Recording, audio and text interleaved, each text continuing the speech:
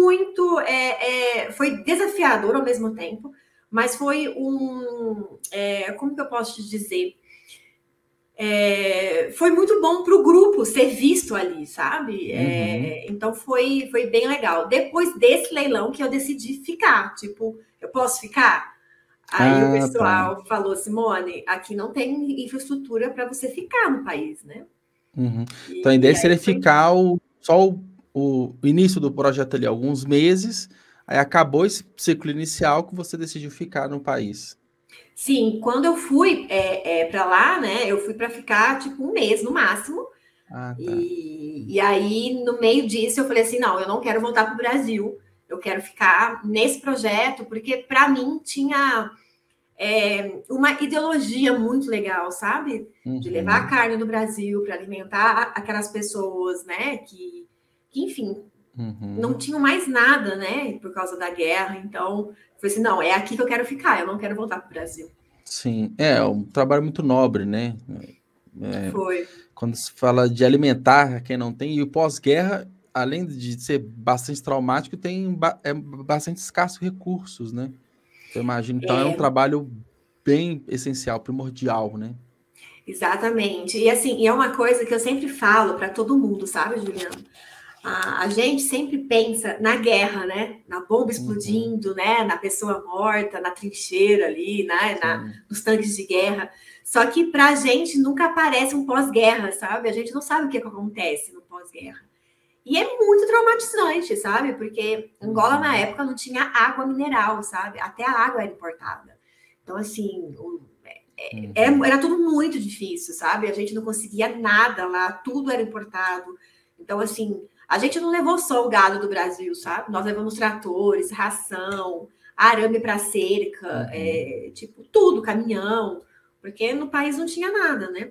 uhum. Então, eu cheguei num país bem traumatizado, sabe? Com a população bem traumatizada. E mesmo, né, que você teve uma preparação antes, você sabia da viagem, da possibilidade de Moçambique com Angola, mas houve um choque grande pisando lá, estando lá? Foi assim, às vezes pior do que você imaginava? O desafio foi maior do que imaginado anteriormente? Como que foi esse choque inicial, assim? Se teve esse choque inicial quando você chegou? Tive. Na verdade, a gente não tinha informação, né? A gente jogava no Google, não tinha nada, a gente não tinha informação como é hoje. Então, Uhum, assim, as únicas informações que eu tinha eram das pessoas que tinham ido e que tinham voltado. E que era um terror aquilo. E que uhum. ninguém, tipo, Simone, não vá para lá, porque, assim, é muito escasso, existe muita doença. Minas terrestres tinha, assim, a rodo, assim, sabe? Sim. Então, as pessoas, Simone. Mas, assim, eu queria ir, sabe? Eu não acreditava que no lugar só tivesse coisa ruim. Então, quando eu cheguei na fazenda, né? A gente pensa assim, uma fazenda com infraestrutura. Não tinha infraestrutura. Tinha 4 ou 5 containers, que era onde as pessoas moravam. Um poço de água que tinha, né? Sim.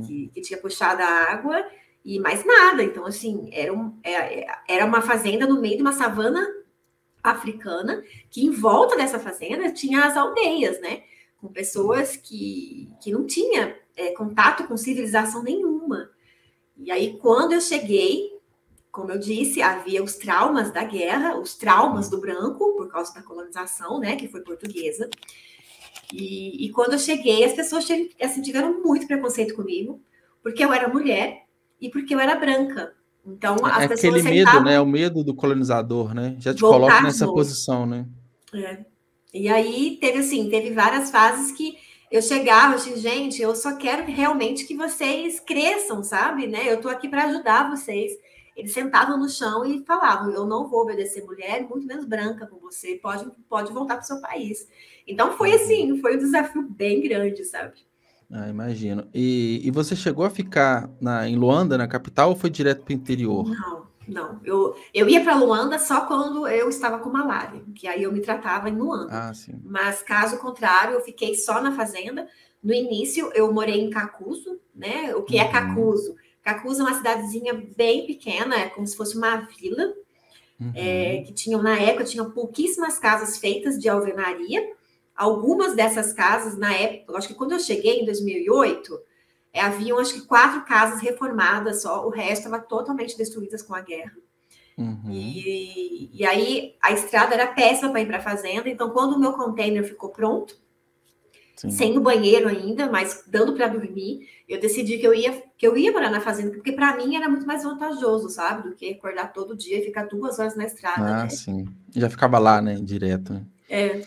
E qual que foi vamos colocar assim, o momento mais difícil? Chegou a pensar em desistir? Assim, eu imagino que algumas vezes, mas porque quando você fala assim, tem tantos desafios, tantos problemas, que você tem que ter uma força, um propósito muito grande de estar lá, né? E inicialmente era esse primeiro mês, e aí você foi levando.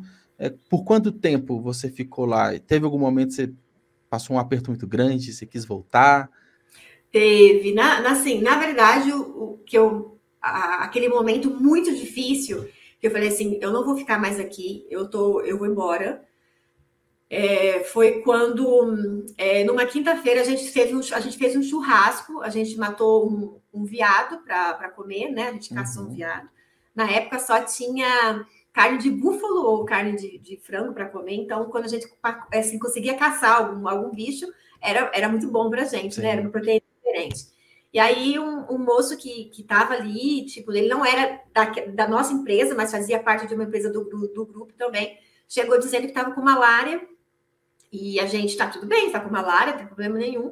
E aí, depois de 2 dias, a gente foi para o hospital, ele estava totalmente desacordado, o helicóptero esperando ele para ser guiçado para ir para Luanda, mas assim, estava praticamente morto. E aí, nesse mesmo dia, eu também estava com malária, eu fui tirar o meu sangue e um bebê morreu do meu lado. E a cena é, assim, chocante demais, sabe? Eu, assim, eu até falo com você, eu lembro, até, sabe, dá até uma vontade de chorar. E naquele dia eu pensei, eu não vou ficar mais aqui, eu vou embora, porque para mim tá muito difícil, né? A questão de doença, o medo mesmo é de morrer, né? Por causa da malária, porque a morte era muito próxima da gente, sabe, Juliana? Pela falta de estrutura, né? Porque e você viu alguém próximo, né, sofrendo bastante, uma criança morrendo e você com malária, né? E malária tem aquela característica, você pegou uma vez, ela vai voltando, né? Então, não, tipo, né? Direto, né? Eu tive 9 malárias, né? Então, assim, é muita coisa, né? Então, naquele momento que eu vi, aí eu pensei assim, não, eu não vou, tipo assim, não dá mais para mim, sabe? Por mais que o projeto é muito grandioso, e aí eu respirei fundo, pensei, sabe? Tipo, não, mas não é isso, sabe? Eu acho que eles precisam de mim, eu preciso deles, porque quando a gente fala, parece que só eu, né? Que só eles precisavam de mim. Muito, muito pelo contrário, ali era uma troca, assim, sabe? Eu aprendi muito, muito com eles. E falando em troca, acaba que você chegou, né, por questões profissionais, né? Mas eu acredito que o seu crescimento pessoal, a experiência pessoal com o tempo se tornou bem maior do que os ganhos profissionais, né? Então foi algo muito mais para você, pessoa, vamos colocar assim, do que você como profissional, né? Então deixou de ser uma questão de trabalho, mas é uma questão humanitária, né? Exatamente. É bem por aí mesmo, né? Exatamente. Assim, em questão do profissional, foi uma experiência incrível para mim, porque assim, a fazenda era muito grande, né? Mexer com importação e exportação é uma experiência incrível para o ramo da agropecuária, então foi um crescimento enorme para mim. Em questão pessoal, nem se fala, né?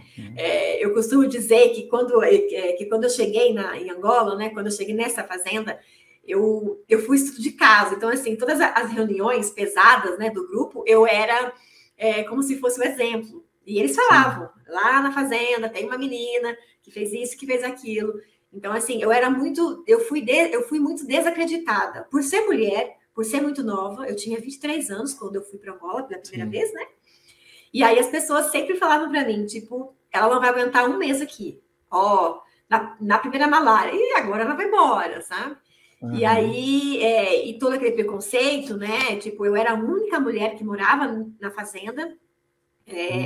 Eu era a única branca que morou em Cacuzo, né? Naquele período que eu cheguei. E aí, quando eu fui embora, né? Quando eu decidi que eu ia embora, eu era chamada de mãe, eu não era mais a chefe, eu não era mais. E ser chamada de mãe para um angolano é o que tem de mais especial para eles, assim, sabe? Porque Até pelos preconceitos iniciais, né? Você venceu todas as barreiras de relacionamento com eles, né? Todas. Então foi assim, foi muito especial, sabe? Eu saí de lá e eles me chamando de mãe, né? Porque eu cuidava deles, na verdade, né? Você voltou com essa sensação de dever cumprido? De fechar um ciclo? Você teve essa sensação? Não, na verdade, quando eu saí de lá, eu não tive essa sensação. Porque quando eu saí para voltar novamente. Porque eu saí de lá para poder estudar, para depois voltar. Só que no meio desse caminho, eu encontrei o meu marido na África do Sul. E aí eu acabei casando com ele. E esse ciclo fechado, né, que você disse, você teve esse dever cumprido, foi quando eu acabei de escrever o livro. Conheça o Clube de Autores, a maior plataforma de autopublicação da América Latina. Somos mais de 42 mil autores e mais de 75 mil livros publicados. Entrar para o clube é muito simples. Primeiro, você publica seu livro online gratuitamente. Depois, você diz quanto quer receber de direitos autorais. Por fim, nós vendemos e você recebe o dinheiro direto na sua conta. Muito simples, não é mesmo? Então acesse o link aqui na descrição deste episódio e venha com a gente. Naquele momento eu falei assim, meu dever está cumprido. Então, ótimo gancho que eu ia te perguntar, como que surgiu a ideia de escrever o livro? Você sempre teve em mente isso ou a partir da sua experiência lá em Angola que veio a ideia de materializar, né, de deixar registrado isso num livro? Como que foi esse processo? Então, Juliana, sempre houve a ideia de escrever um livro. Porque todo mundo falava, né? Tipo, Simone, você é a primeira mulher, né? A sua experiência é uma experiência que ninguém teve. É muito difícil encontrar uma pessoa como você. Então, você deve escrever um livro. Só que no início era como se fosse um livro técnico. A agropecuária angolana precisa do seu conhecimento. E não é para a agropecuária angolana, sabe? É para os angolanos. E aí, quando eu decidi escrever o livro mesmo, eu falei assim, não, eu vou sentar e vou escrever, foi durante a pandemia. Vou falar para você que foi bem, bem desafiador, porque a história do livro é a minha história, né? Sim. Então, para eu poder escrever isso, eu tive que reviver tudo isso. E tinha coisas que eu não queria mais lembrar, porque foram coisas muito difíceis, muito tristes. Então, foi como se fosse realmente uma imersão, sabe? Então, tinha dias, assim, que eu sonhava, que eu acordava assustada, sabe? Com vaca correndo atrás de mim, com malária. Então, aí quando eu escrevi o livro, que ficou do jeito que eu queria, aí eu falei assim, é isso. Eu revivi a história para terminar esse ciclo. E aí foi bem interessante. Ah, que legal. E eu vejo... Eu consigo entender alguns pontos, assim, eu acredito que, assim, só quem viveu, né, vai conseguir entender 100% o que você passou, né? O que essa experiência representa para você. Mas eu consigo fazer um paralelo parecido, porque mais ou menos nessa idade, com 20 e poucos anos, eu mudei para o Pará, a trabalho também. E, assim, eu fui sozinho, e uma coincidência muito grande, que tinha um colega meu de faculdade morando lá também, nem sabia que ele estava, mas foi muito viver essa experiência, uma cultura completamente diferente, e desbravar lá também tinha muita questão de malária, pouca infraestrutura, isso há uns 10 anos atrás, assim, então eu consigo entender mais ou menos, e eu lembro que na época eu escrevia muito no LinkedIn alguns artigos sobre minha experiência lá, então de repente eu ia visitar a obra, né, que eu trabalhei em Belo Monte, então eu não ia muito na obra, eu ficava mais em Altamira, na cidade, então tinha um acontecimento, eu escrevia, registrava, e aí eu achei bem legal, assim, eu entendo um pouquinho, né, do que representou para você colocar tudo isso em páginas, em palavras, porque é uma forma, que é o que você falou um pouquinho antes, de fechar o ciclo, né? Exatamente. Você deixa registrado tudo aquilo, né? Então, foi uma sensação, assim, difícil, né? Alguns momentos que você disse, de reviver, mas é uma satisfação, deu um alívio do tipo, ufa, encerrei essa história quando o livro ficou pronto? Teve essa sensação? Teve. Eu costumo dizer que houve situações que, naquela confusão, a gente não tinha tempo nem para pensar, sabe, Juliana? A gente ia dar toque de caixa, sabe? Porque a coisa era muito dinâmica.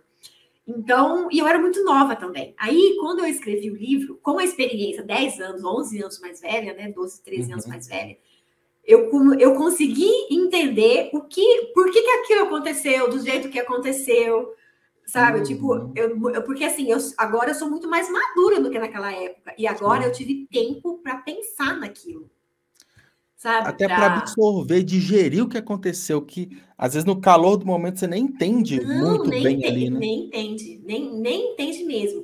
E aí, quando eu decidi escrever o livro, eu fiz um planejamento para mim, né? Eu falei assim, o que eu quero que os leitores sintam quando escrevo, né? Quando eles estiverem lendo meu livro. Sim. E aí eu pensei, sentimento. Eu quero que eles consigam sentir o meu coração disparando, a cor do céu, que sabe assim, qual era a cor do céu, o cheiro da fumaça, o tamanho das crianças, apertando o freio e não conseguindo, sabe, aquele barulho.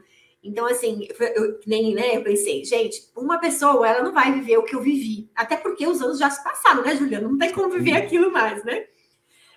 Então, eu acho que para a pessoa entender um pouquinho do que era eu ali naquele momento, eu quero que a pessoa sinta aquilo também. Então, isso eu estou colhendo agora, sabe? As pessoas estão começando a terminar de ler o livro e exatamente o que eu planejei, exatamente o que eu queria, eu estou conseguindo, sabe? E é um ponto legal que você falou sobre o desafio de estruturar um livro, né? Que você teve muito esse cuidado de passar muito esse sentimento para o leitor. E o que você considerou mais desafiador? Foi o planejamento do que ter no livro, escrever o livro propriamente dito, pensar no pós-escrita, né, que é todas as etapas de publicação. Primeiro, quanto tempo que durou tudo isso e qual que foi a etapa que te deu mais desafio, assim, de toda a preparação do livro? Eu acho que a parte mais difícil, Juliano, foi essa questão, porque assim, eu sou muito detalhista e eu queria que o leitor, ele realmente conseguisse ver, imaginar o que eu estava descrevendo, né? E é uma história real, então eu não quis fantasiar, sabe? Não é aquela coisa assim, baseada em histórias reais, não é isso. Eu quis realmente. São relatos mesmo, né? Real, né? Exatamente. E a sorte que eu tive é que eu tenho muita foto. Então, eu olhava a foto, fechava os olhos e lembrava, sabe? Naquele dia era qual estação, sabe? Tinha cheiro do quê? Tinha fogo, não tinha fogo. Então, eu acho que a parte mais difícil foi colocar tudo isso, né, em páginas. Isso foi bem para mim, foi muito desafiador isso. Interessante. Então, foi a parte de estruturar / escrever, né? Você conseguir traduzir as imagens ali, as suas lembranças de fato para a escrita. Até porque pelo fato de você não querer ficcionar, né, a sua história, naturalmente te dá menos margem para a escrita, né? Que quando você coloca baseado em fatos reais, você pode criar uma história, você pode, né, florear ali, mas que não foi não foi o caso, né? Foi o seu objetivo. Não foi esse o objetivo. Então, eu acho que essa parte foi a parte mais difícil. Para mim, foi essa parte. E você falou das imagens, tem algumas fotos, algumas ilustrações do livro. Como que é a parte gráfica dele? Então, ele tem 300... Você tá com ele em mãos? Tô com ele em mãos. Essa é a capa. Para quem está só nos escutando, não vai ver, mas a capa, ela é linda. E essa aqui são as aldeias das pessoas que moravam perto da fazenda. Eu quis, assim, né, ser bem real. As cores, né, que para mim são as cores da África, né, de pôr do sol. As cores terrosas, né? Sol. E aí, dentro dele, tem várias fotos. Que legal. Vendo, isso que eu queria plaquinha saber. de mina terrestre. Sabe? As pessoas vendendo as coisas, aqui outras, né? Aqui é outra casinha. Não, livro riquíssimo, né? Não só de histórias, mas ele que ajuda na imersão, né? Quando você tem a imagem, ajuda Exatamente. na E imersão essa do foi a leitor. minha intenção, sabe? Porque não tem foto de tudo, né? Mas pelo menos era assim, então era assim, né? Tipo aqui, ó, dia do leilão, Que incrível. o gado chegando, né? Aqui, ó. Aqui é o gado chegando, Sim. em Luanda. A padaria de Cacuzo é essa daqui. Oh, peraí. Tá vendo? O salão de beleza é esse do lado. Aqui o cara preparando o rato para comer. Então, assim, a última foto perto do rato é o hospital de Cacuzo. Então, assim, dá para ter uma boa ideia, sabe? Nossa, que legal. Bem bonito. Gostei bastante do trabalho gráfico feito, tanto da. E qual que foi a sensação de pegar o livro físico em mãos, depois de pronto? Foi uma sensação de realização de sonho, sabe? Quando você realiza um sonho, Juliano. Foi essa Sim. sensação, tipo, nossa, é tipo assim, essa é a minha África, sabe? Essa é a minha história. Foi muito emocionante. E quando que foi lançado? Foi agora há pouco, né? Tem pouco tempo. Foi faz pouquinho tempo, foi 28 de outubro. Tem 2 meses, né? É exatamente 2 meses. E como tem sido esse período pós-lançamento? Passa toda a experiência da escrita, todos os desafios que você falou e tudo. Aí depois que lança, dá um certo alívio, mas aí vem o pós, né? Assim, como fazer com que as pessoas leiam o livro, né? Que eu acho que é o grande desafio do autor é ser lido, né? Exatamente. Como tem sido esses primeiros 2 meses de lançamento? Olha, eu até me superei, sabe? Tipo, a primeira tiragem já terminou. Na verdade, terminou faz um mês e pouquinho. E eu achava que as pessoas, principalmente as mulheres do agro, né? Porque fala de fazenda, né? De agropecuária, de vaca. Eu achava que eram as que fossem ficar super interessadas. Claro que o livro está sendo de inspiração para muitas delas, porque é o dia a dia delas. Mas as pessoas da cidade, principalmente as mulheres, elas estão, tipo, meio que encantadas, assim, sabe? Principalmente nesse período pós-pandemia, né?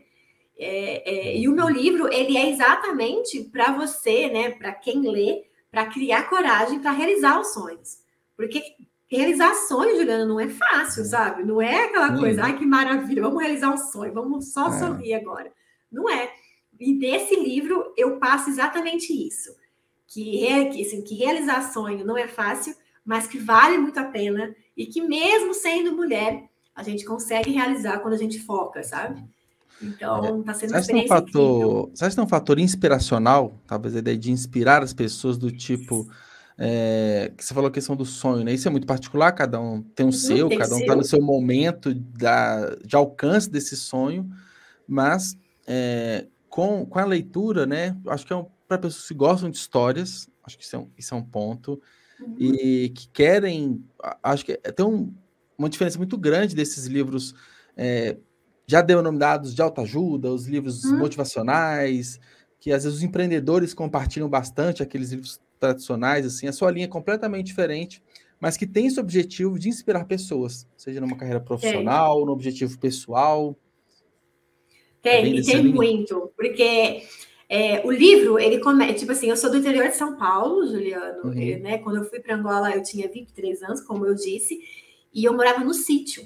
Eu nunca tinha morado em cidade. Eu nunca tinha viajado de avião sozinha, sabe? Então, a história é muito envolvente porque não é uma pessoa com experiência de vida.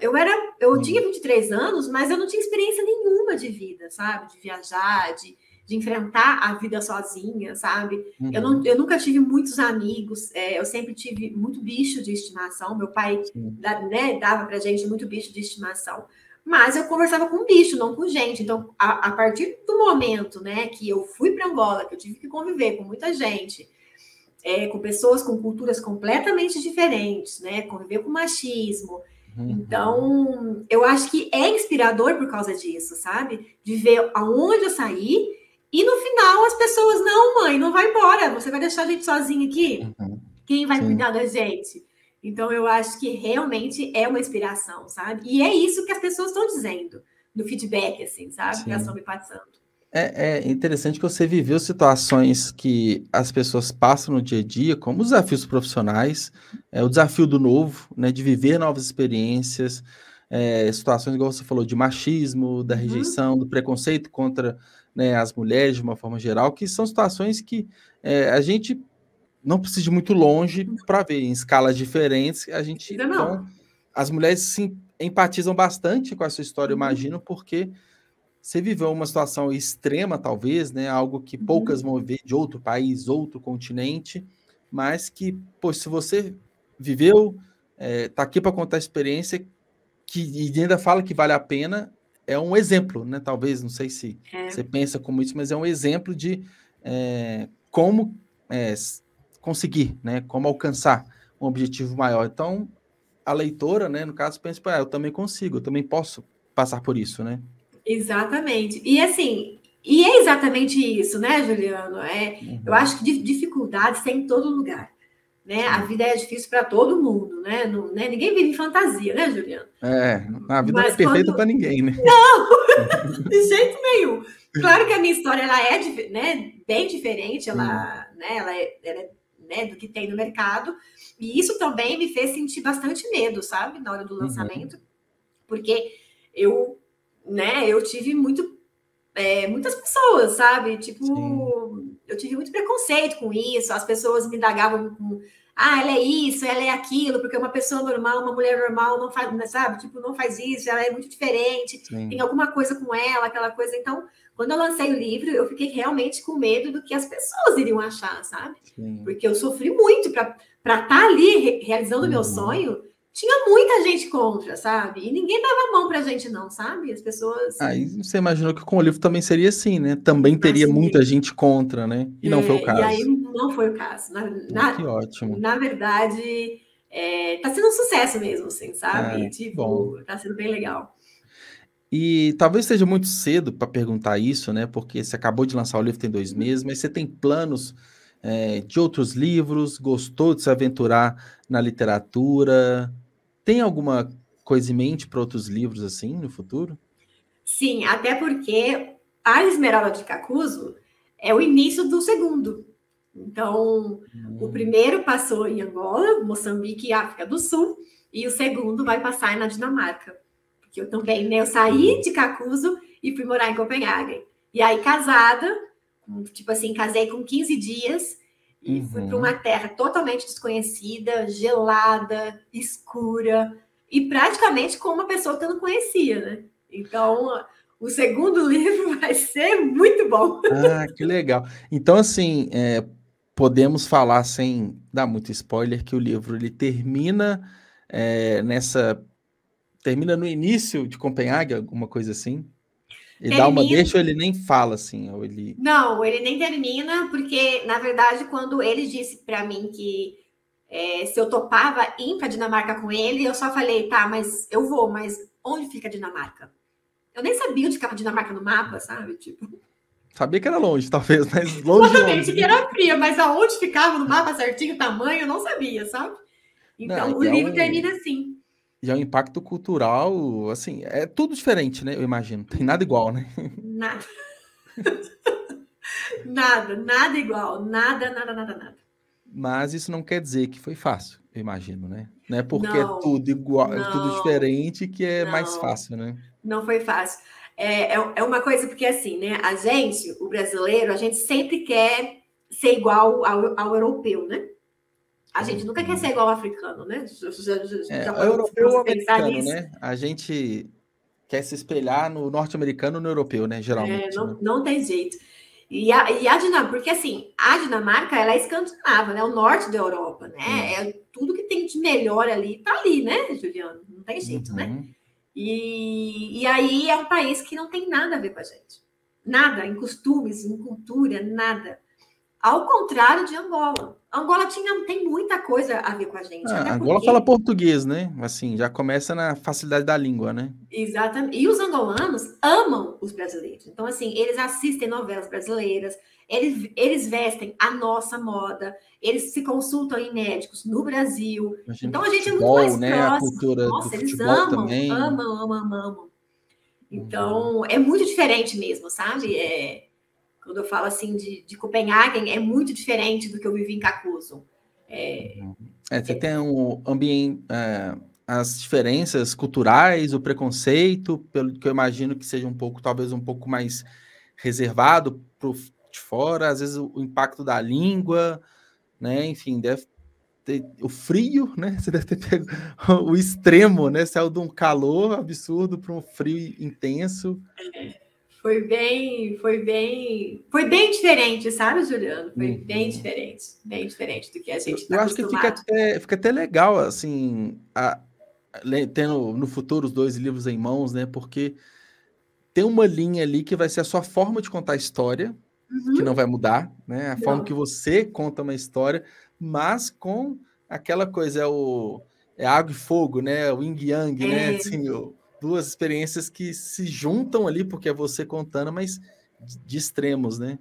De extremos. E é exatamente isso, sabe? A gente acha que, porque lá tudo é muito bom, né? Tipo, claro, eu concordo, Dinamarca é um país maravilhoso, mas também tem os seus problemas, sim, sabe? Também existe também o preconceito, sabe? Existe muita coisa que ninguém fala também, sabe? Sim, como existe muita coisa que em Angola também ninguém fala, na Dinamarca também existe. Né? Quando eu fui morar no Pará, né, que aqui mesmo, né, gosto de falar, a gente se inspira o brasileiro no europeu, né, eu complementei falando do norte-americano, e a gente do Sudeste e o Sul, principalmente, a gente meio que fecha os olhos para o Norte e Nordeste, né? A gente sabe que é muito rico culturalmente, mas a gente não olha da forma devida. Estando lá, eu vi o tanto que são pessoas receptivas, falam que é muito perigoso, isso, aquilo. Eu tenho para mim Belo Horizonte como a cidade mais perigosa, que é Altamira, no lugar que eu morei, né? Assim, claro que tem diversas regiões. Então foi quebrando algumas verdades, né? A gente vai vivendo, não é bem assim. Isso aqui ninguém falou e está acontecendo. Então, essa experiência é muito interessante para a gente poder, de fato, falar do local, né?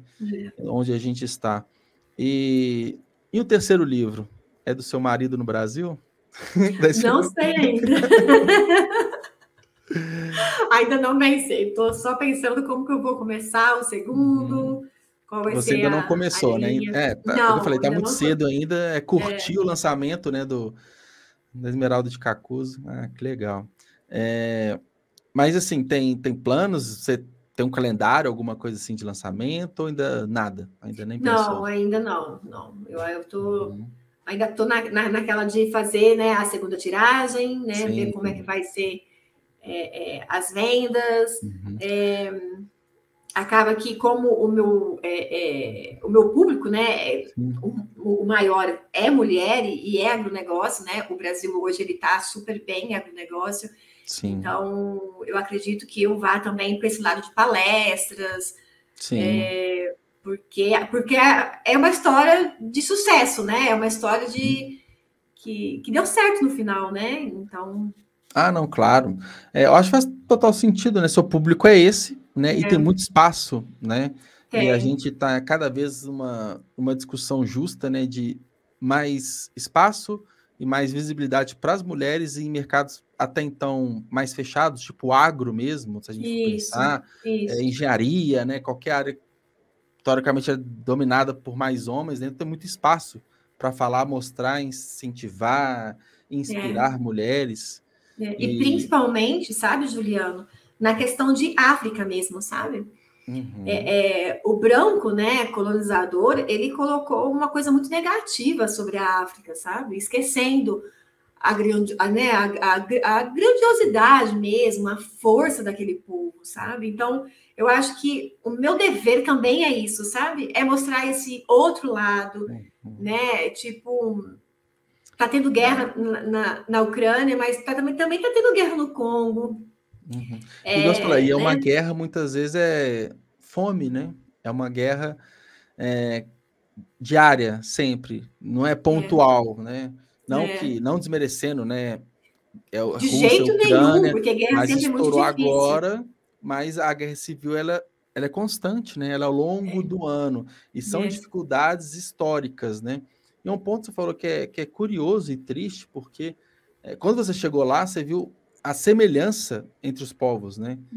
Entre brasileiro, angolano, e aqui, né, a gente é tendenciado a menosprezar e até ficar contra o colonizado, né? Desde a escola a gente aprende a ficar do lado do colonizador, né? E não do... Olha isso, olha que coisa mais interessante que você abordou, e é exatamente isso, né? E eles, assim, né, a gente pensa em colonizador, a gente pensa em europeu, né? Mas hoje na África, por exemplo, tem o russo, tem o chinês, que tá entrando com tudo, sabe? Globalizou, né? Globalizou até isso, né? Exatamente. E é claro que eles querem que a África seja essa confusão toda, né? Porque enquanto tá a confusão toda, ninguém tá querendo ir para a África, e eles estão, né? E eles continuam explorando, né? Minério, enfim, muita coisa, né? Eles levam tudo embora. E ninguém fala, né? A questão é essa, né? Ninguém vai falar, né? E nem vai falar.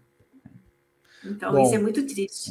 É triste. E aí, por isso que é uma missão, né? De repente, a sua nova missão é essa, né? Passar para cada vez mais pessoas essa sua experiência, mostrando esse outro lado da moeda que ninguém fala.